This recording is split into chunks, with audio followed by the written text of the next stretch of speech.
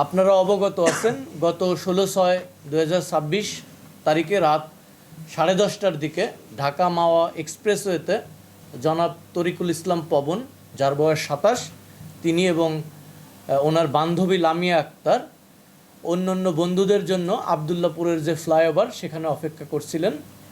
এমতো অবস্থায় একটি পেশাদার ছিনতাইকারীর দল তাদের বাইক, তরিকুল ইসলাম পবনের বাইক ছিনতাই এবং অন্যান্য ছিনতাইয়ের উদ্দেশ্যে তাদেরকে প্রতিরোধ করে।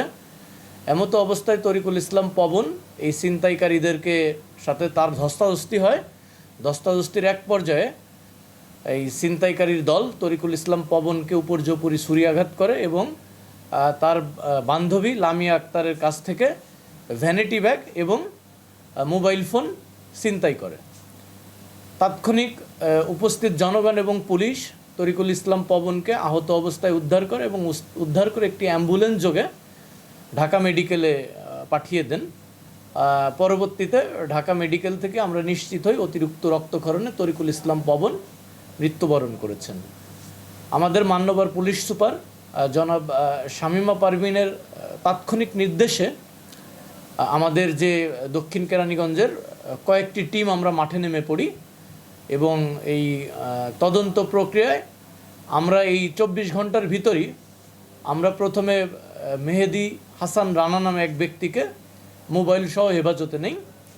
হেফাজতে নিয়ে তাকে অধিক জিজ্ঞাসাবাদ করে আমরা আরও তথ্য উপাত্ত পাই এবং তার ফলশ্রুতিতেই আমাদের সার্কেলের নেতৃত্বে এবং দক্ষিণ কেরানীগঞ্জ থানার সাব ইন্সপেক্টর এবং ওসি সহ একটি চৌকস আভিযানিক দল চুনকুটিয়া সহ দক্ষিণ কেরানীগঞ্জের বিভিন্ন এলাকায় অভিযান চালিয়ে আমরা এই পেশাদার ছিনতাই চক্রটিকে গ্রেপ্তার করি।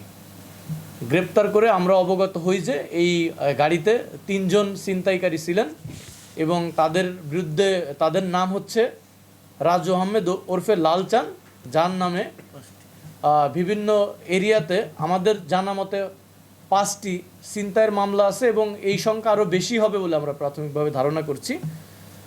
তারপরে গাড়ির মাঝখানে যে ছেলেটা ছিল তার নাম জিহাদ। জিহাদের নামেও 3টি ডাকাতি সহ দস্যুতার মামলা রয়েছে এবং সজীব মৃধা যে বাইক চালাচ্ছিল সেও একজন ছিনতাইকারী এবং তার নামেও আমরা আরও মামলা আছে কিনা সেটি নিয়ে আমরা তদন্ত করছি এবং তাদের দেখানো মতে আমরা চুনকুটিয়া একটি টিনের চালা থেকে আমরা এই লামিয়া আক্তারের যে ছিনতাই হওয়া ব্যাগ সেটি আমরা উদ্ধার করেছি।